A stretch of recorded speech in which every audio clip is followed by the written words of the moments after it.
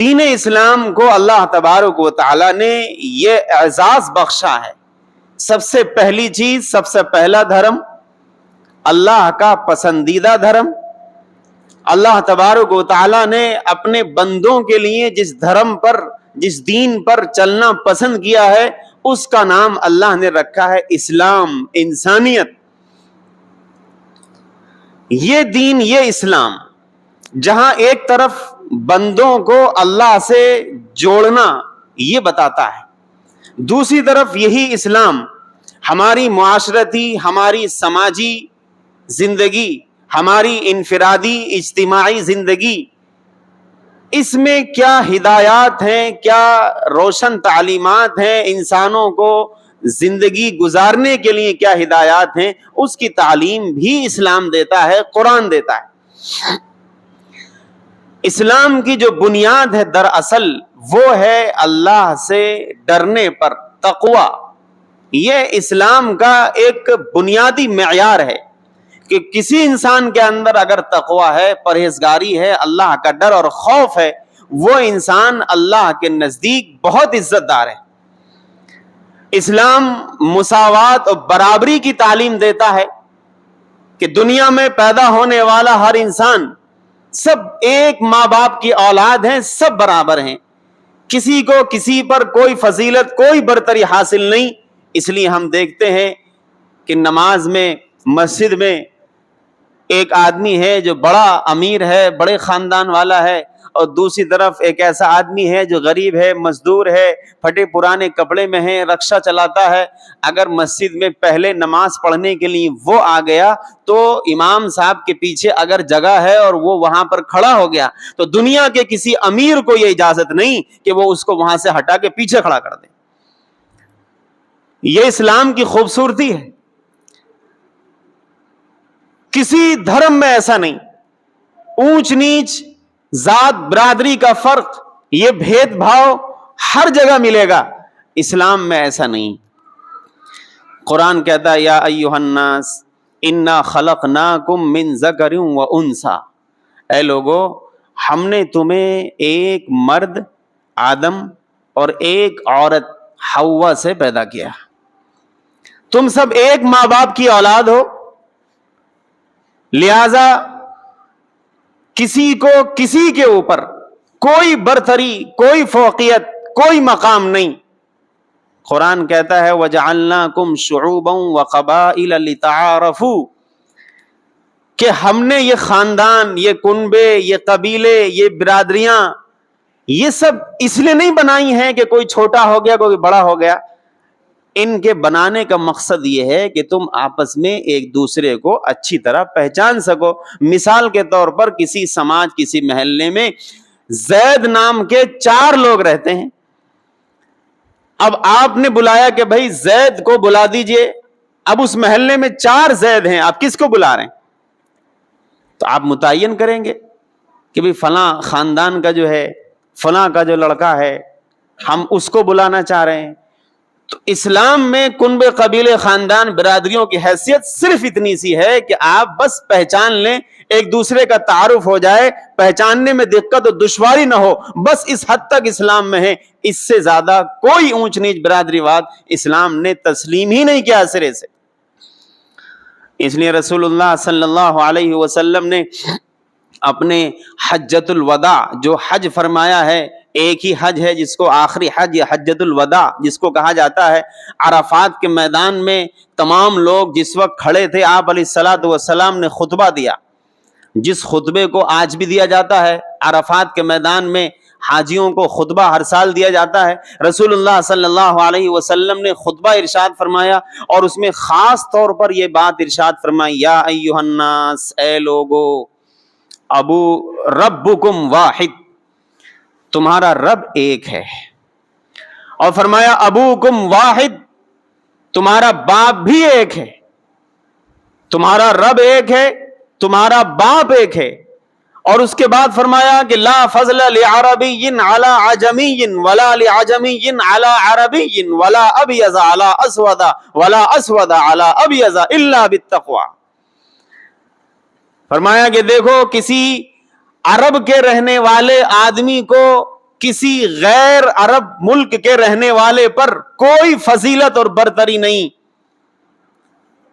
کسی کالے کو کسی گورے پر، کسی گورے کو کسی کالے پر کسی طرح کی کوئی برتری اور بڑائی حاصل نہیں الا بالتقوی. اللہ کے یہاں اگر کسی کو بڑائی حاصل ہے تو وہ تقوی، پرہیزگاری، اللہ کا خوف آپ کے اندر کتنا ہے، اس بنیاد پر اللہ کے یہاں آپ کا مقام و مرتبہ ہے. اور اگر اللہ کا خوف اور ڈر آپ کے اندر نہیں ہے تو آپ جس خاندان کے ہوں، جس برادری کے ہوں، اللہ کے یہاں آخرت میں آپ کی کوئی حیثیت نہیں. ایک موقع پر رسول اللہ صلی اللہ علیہ وسلم نے ارشاد فرمایا من بطأ به عمله لم يسرع به نسبه، کہ جس انسان کو اس کا عمل، اس کے کارنامے، اس کا کردار، اس کا کیریکٹر، اس کے معاملات جس انسان کو پیچھے چھوڑ دیں، اس کا خاندان، اس کا نسب اس کو اللہ کے یہاں آگے نہیں بڑھا سکتا. اللہ کے یہاں معیار برادری، خاندان، کنبہ، قبیلہ نہیں ہے. اللہ کے یہاں معیار تقوی، اللہ کا خوف، یہ اصل بنیاد ہے. حیرت ہوتی ہے اس وقت جب ہم مسلمانوں میں ایسی باتیں سامنے آتی ہیں. ابھی ایک صاحب نے بتایا کہ ایک کوئی انصاری برادری کا کوئی لڑکا، کوئی حافظ قاری صاحب کسی شیخ برادری کے گاؤں میں نماز پڑھانے کے لیے مصلی پہ آگے بڑھا. امام صاحب نہیں تو کوئی ضرورت رہی ہوگی، وہ آگے بڑھ گیا. پیچھے سے ایک شیخ صدیقی اپنے آپ کو کہنے والے، جبکہ نسب نامہ نہیں پتا ہوگا، لیکن چونکہ پیسہ آ گیا اس لیے سید ہو گئے، اس لیے صدیقی ہو گئے، اس لیے شیخ ہو گئے، خان پٹھان ہو گئے. تو پیچھے سے ایک شیخ صاحب بڑے میاں اٹھے اور کہنے لگے اچھا اب اتنے خراب دن آ گئے کہ ہم انصاری کے پیچھے نماز پڑھیں گے، اتنے برے دن آ گئے ہمارے. یہ تو اسلام نہیں ہے، یہ تو ہندوازم ہے. اسلام سے تو اس کا کوئی لینا دینا نہیں. اگر ایسی سوچ آپ کی ہے تو اس کا مطلب تو پھر آپ اپنے ایمان کا جنازہ نکال چکے ہیں. کئی بار ایسا ہوتا ہے لوگ فون کر کے پوچھتے ہیں کہ مولانا ہماری برادری جو ہے، ہم خان ہیں، یہ بتائیے پٹھانوں میں کیا ہمارا نکاح جائز ہے؟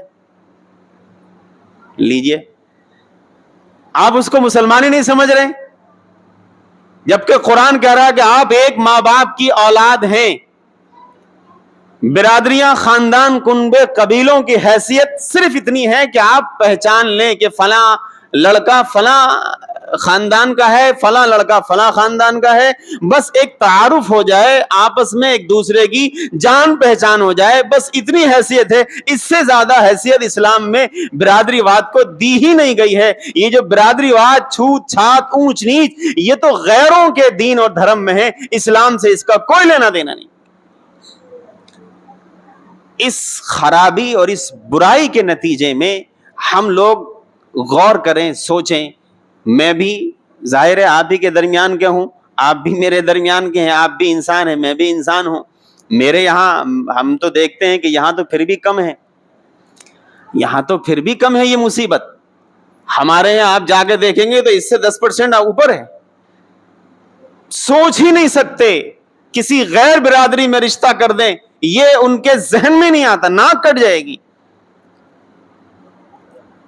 یہ جو چیزیں ہیں یہ بگاڑ کا سبب بن رہی ہیں.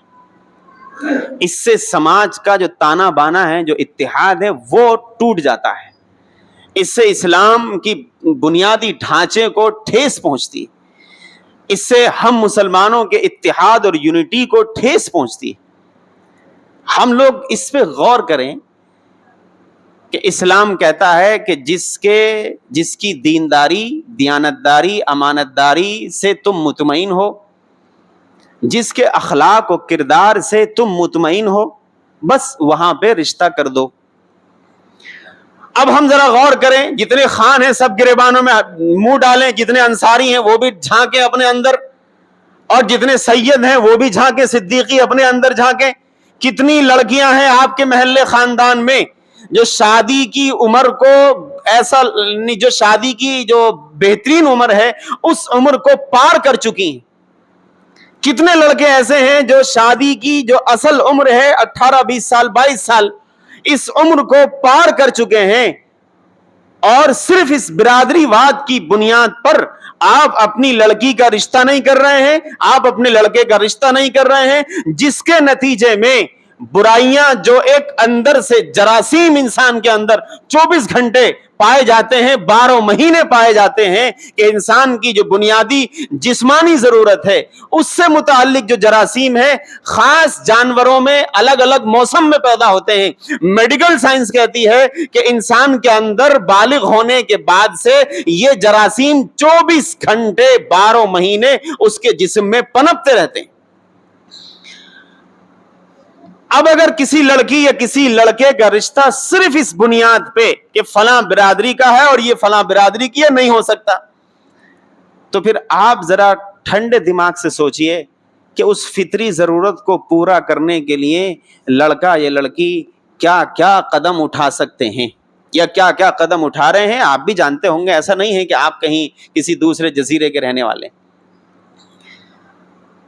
اس سے جو برائی پھیل رہی ہے، اس سے جو اخلاق تباہ ہو رہے ہیں، اس سے جو عزتیں نیلام ہو رہی ہیں، اس کے نتیجے میں جو لڑکے اور لڑکیاں ہمارے بالکل آوارہ گردی کا شکار ہیں، ہمارے کنٹرول سے باہر ہیں۔ ہم نے کیوں ایسی پابندی لگائی کہ انصاری میں شادی نہیں ہو سکتی اور کسی جو ہے سید میں نہیں ہو سکتی، کسی اور شیخ اور کسی برادری میں نہیں ہو سکتی؟ یہ پابندی کیوں لگائی آپ نے؟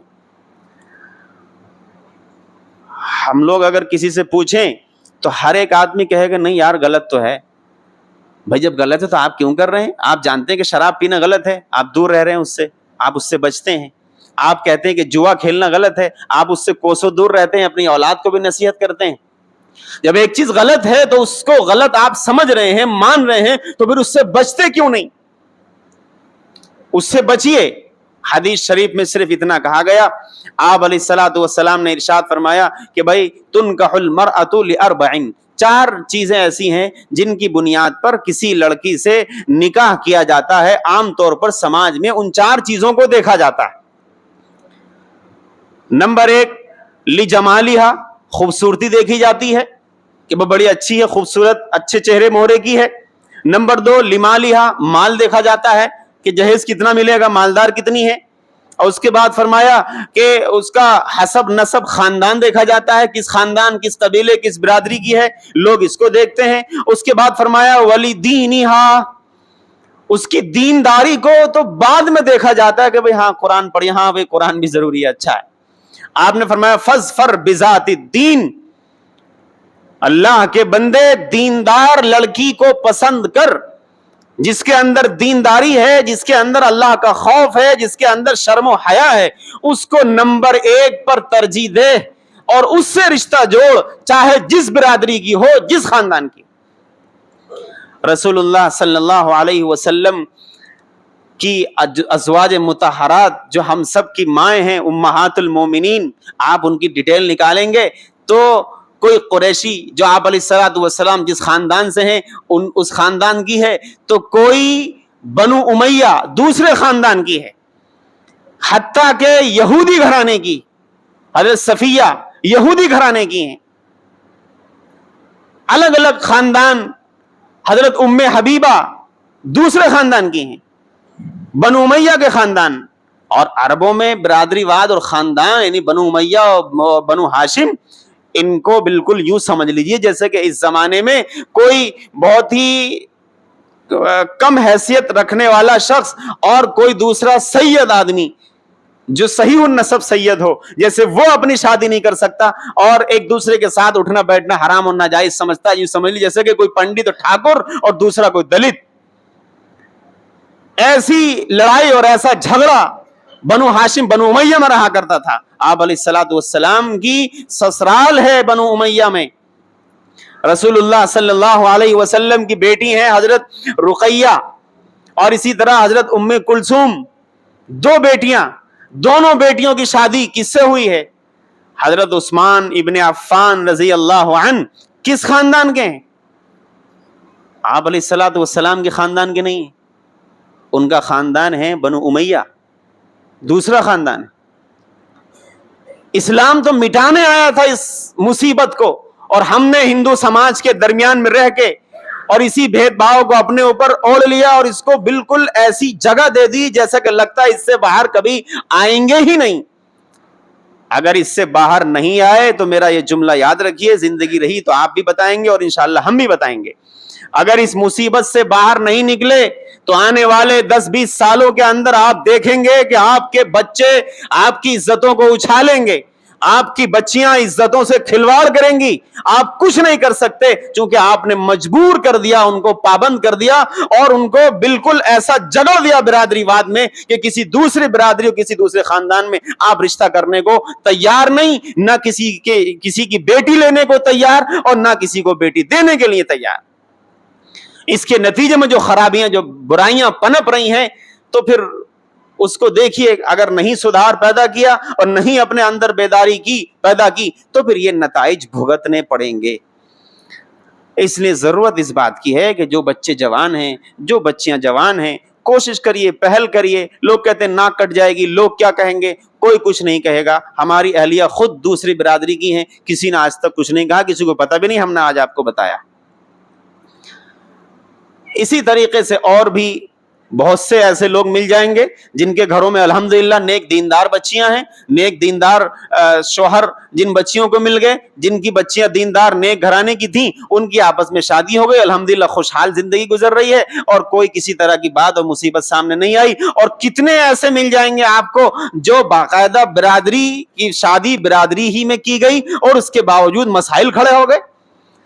تو مسائل ہی اگر کھڑے ہونے ہیں، برائیاں اور پریشانیاں ہی اگر زندگی میں آنی ہے، وہ تو کسی میں بھی آ جائیں گی۔ اس لیے ضرورت اس بات کی ہے کہ ہم اس پر تھوڑا سا سوچیں۔ ابھی سے ہم سوچیں گے تو انشاءاللہ سال 2 سال میں کوئی ایک آدمی پہل کرے گا، دوسرا کرے گا، تیسرا کرے گا، تو انشاءاللہ کچھ نہ کچھ تو اس کا حل نکلے گا اور ہم سماج سے اس برائی کے خاتمے کا انشاءاللہ ذریعہ بنیں گے۔